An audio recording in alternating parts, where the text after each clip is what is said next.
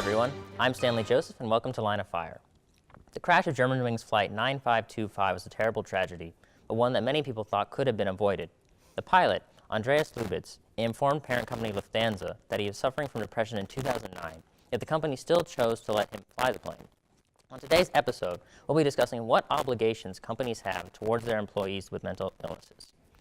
The panelists I have with me to discuss this issue are Charlie Hannigan, Student Government Technology Affairs Chair, Ashley Levy, Vice President for Empowered Minds, Nancy Fairbank, Student Government Vice President, and James Pacifico, Station Manager for Radio UTD.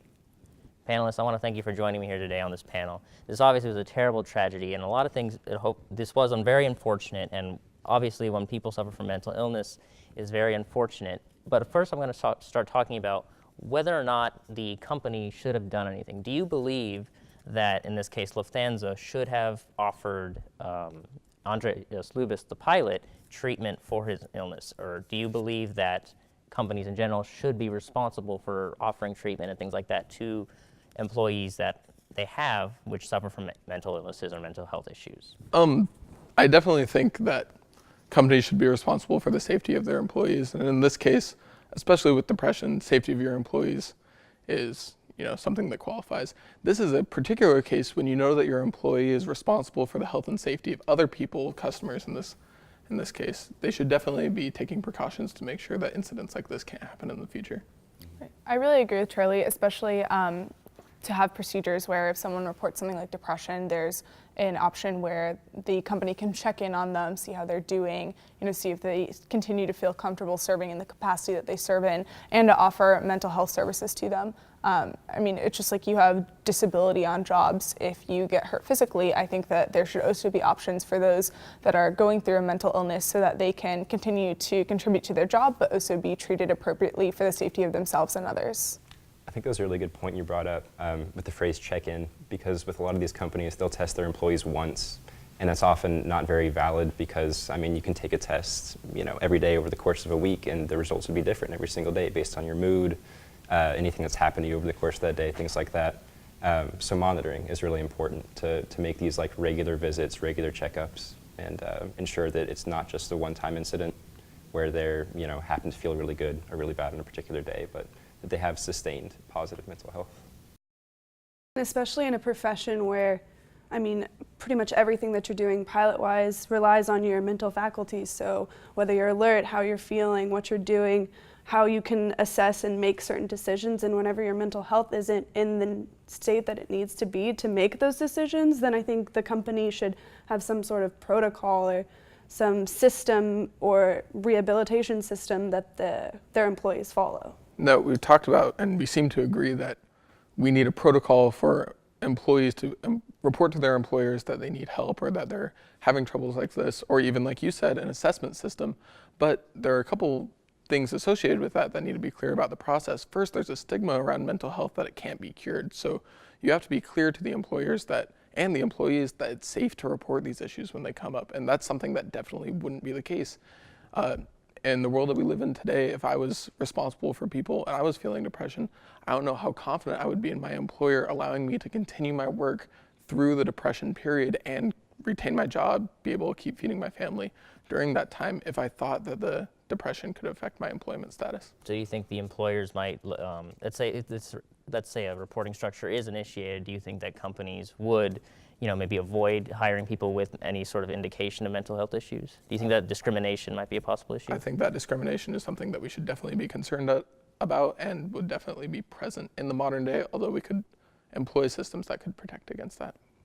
And it's fair for companies, I think, not necessarily to discriminate, but whenever you're thinking about like the safety of your customers, which you're serving, I think that they have every right to consider that, maybe this person with mental illness couldn't perform the function, to ensure that all these people are safe. But at the same time, I think there should be something whenever they're hiring employees, much as there is with disabilities, that there's some sort of like thing that they have in place, like, if you have a mental illness, you can disclose it, but this is what will happen. Like, there should be some steps or some kind of agreement or some, a provision. Protections. Yes, like if, say I come to my company and say, I need to take so many weeks leave, then there's protections that you can do that if you have mental illness. Do you think that those will be questions that will end up needing to be asked in a hiring process instead of after the fact of them being hired? I mean, I don't think it's necessarily appropriate in the hiring process. If you in the hiring process can demonstrate through your past work history or whatever you're using to apply to the job to show that you're capable of getting that position, I think you should be hired based on merit. And it's just like you're not allowed to ask in the hiring process if someone's considering starting a family, because then the employer has the potential to discriminate. But I agree with Charlie that once someone is hired, they need to have a safe reporting system where they don't feel like they're going to be discriminated against, and there needs to be protections in place to enforce that. I think that there are a lot of stigmas, as Charlie also said, with mental illness, and it's also a lot more common than we realize. So if we treat everyone with depression like they're going to do something like crash a plane, I think there's going to be a significant issue with them being treated differently in their jobs where they shouldn't be. So what do you think about the costs that the company incurs if it has to employ protocols like this? Because mental illness, one, is a little bit more qualitative when you're talking about how much better a person feels or how they're recovering from depression compared to something like a broken leg, which is relatively definite and also can be on a longer timetable. How do you address that as a company who's sinking money into a person while this healing process is going on? I mean, for this airline in particular, I can imagine that they're faring too well after this incident. Do you think they would have saved, obviously in this case, they probably, with the lost revenue they might end up incurring later, they probably would have saved more money. The stock in the company, I can't speak based on what's actually happened, but I would imagine that it's potential for the stock in the company to have dropped whatever damage they have to pay to these hundreds of families, So That's a lot of cost there.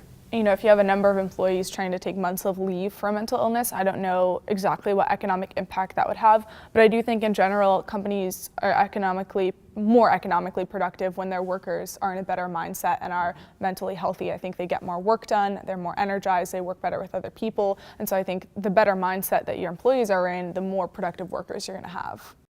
That also, while that is great, I can think of the possibility, kind of how people will be like, oh, I hurt my back, or oh, I tore a muscle or something like that. This could maybe be the same thing where they have these surveys where they fill out how I'm feeling or whatever, and they fill it out so that it seems as if they're depressed, and then they go on leave whenever they're not really, or somehow they could maybe report a mental illness that they don't have. So I think potential to abuse the system. That's another issue that companies could possibly run into. But I think overall the benefit outweighs negatives like that. And against that point, in recent years, there's been a lot of progress with these kinds of assessments when it comes to malingering. Well, there include questions that are purposefully set there to make sure that people aren't falsifying their answers.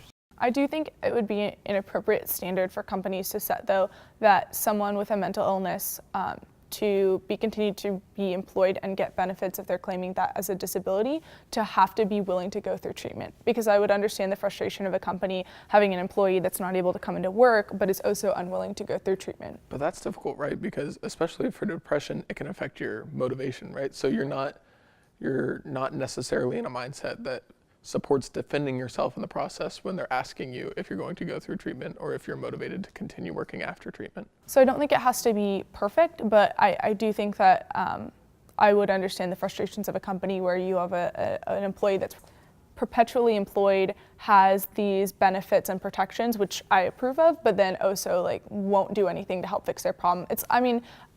I know it's different because people with depression tend to have less motivation, so that affects them getting treatment in the first place. So a shoddy analogy would be someone with a broken leg not doing what the doctor said to try and actually heal. And in many cases, the employee could still work during their period of recovery. Maybe not in the case of a person who's responsible for other people's lives, although eventually along the path of recovery, they could go back to work. But if you're in a desk job and you're reporting depression as something that you're recovering from, certainly you're able to do your job after some point of health is achieved. All right, we're going to move on to the next question right now. So, Charlie, you mentioned earlier about how the reporting structure would be definitely necessary for a company where their employees are responsible for, I guess, the livelihoods, the safety of other people, right? But where do we necessarily draw that line? Because we could potentially say, it would be nice for all companies to, offer, mental health, reporting services, issues, or things for their employees like that, right? But where do we draw the line and say, okay, so, you may be suffering from a mental health issue. We don't think you should be, performing your job, or we don't think you should be allowed to, perform this certain activity. And where do we draw the line and say this is this mental health issue or this problem that you're having prevents you from completing your service? So I think a lot of people with mental illnesses do have a level where they seek help or understand that they're going through a rough time. And so, I mean, just like this pilot reported to his company that he was going through severe depression, a lot of people that feel like they're not able to continue doing their job, I think would reach out and say, I'm not at a point where I can continue doing this safely for myself or safely for others.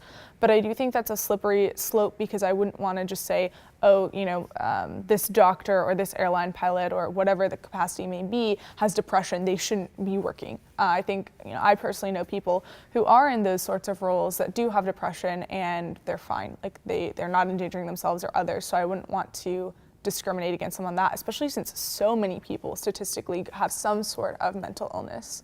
I guess it's part of the challenge when dealing with persons with mental illness. It's not as simple as saying, oh, you have the cold and you're sick. It affects people in different ways, and that's what's making that is what makes it challenging for, I guess, a lot of businesses to deal with these sorts of issues.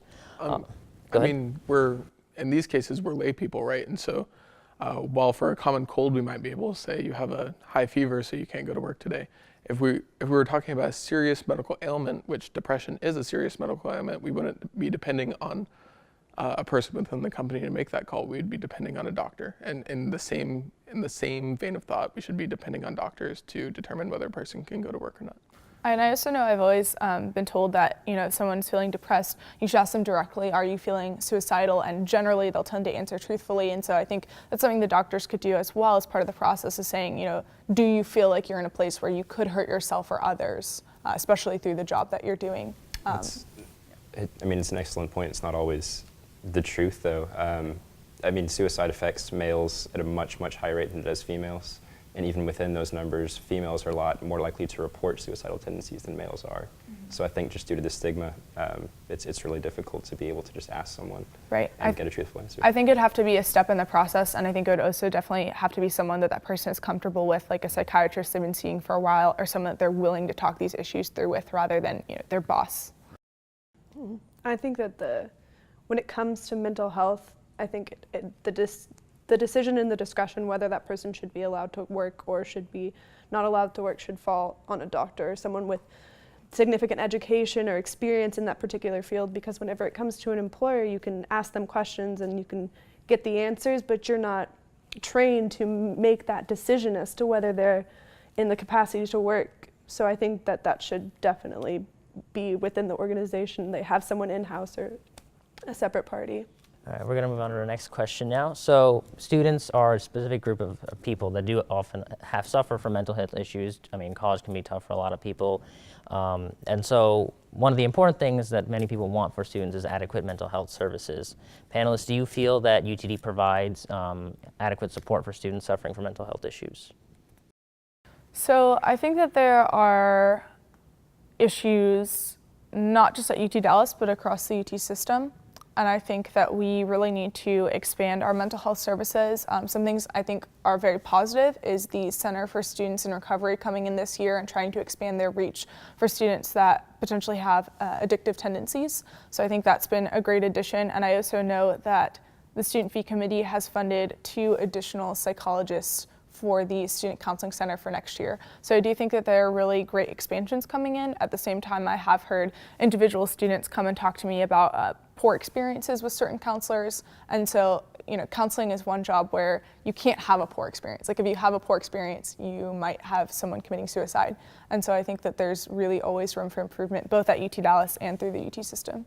I think the quality of the services offered at UTD are relatively high. However, the quantity or the size of our counseling office isn't large enough. Also, for counseling services to be effective on our campus, we need to make sure there are plenty of routes into the counseling office, whether it be a comfortable reception area at the counseling center or through different programs like the Center for Students in Recovery, the Women's Center, LGBTQ programs.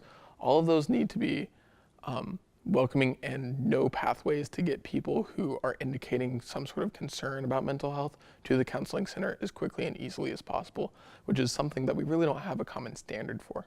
Also, just like the accessibility to students maybe walking through the student services building or in the student union or somewhere where they can see that and may not necessarily have to take a number or something, but just something that they can look at and be like, okay, I can call this number, or okay, I can email this person, and it's on like a strict privacy thing. So perhaps better access to the information. And that's a particular concern for our international students who, one, are going through an especially stressful time of moving to another country, but also we never want language barriers to be the reason a student didn't get necessary service. James, would you like to comment? Just through personal experience, I've found that, the information is available if you know where the center is. I think my points are pretty aligned with Ashley's, that if you know where these things are already, then you can go to the SSB and you can find it. But if not, walking into the SSB, I might not be able to know where it is immediately. So. Okay. Well, panelists, that brings us to the end of the discussion. I want to thank you for joining me here today. Hopefully, tragedies like the German wing crash won't happen again, but we can always hope for better access to mental health support services for both people in corporate America as well as here on campus. This is Stanley Joseph. Thank you for joining me today on Line of Fire. If you want more information about the issues we discussed here today, you can look at the UTD Mercury or UTD TV.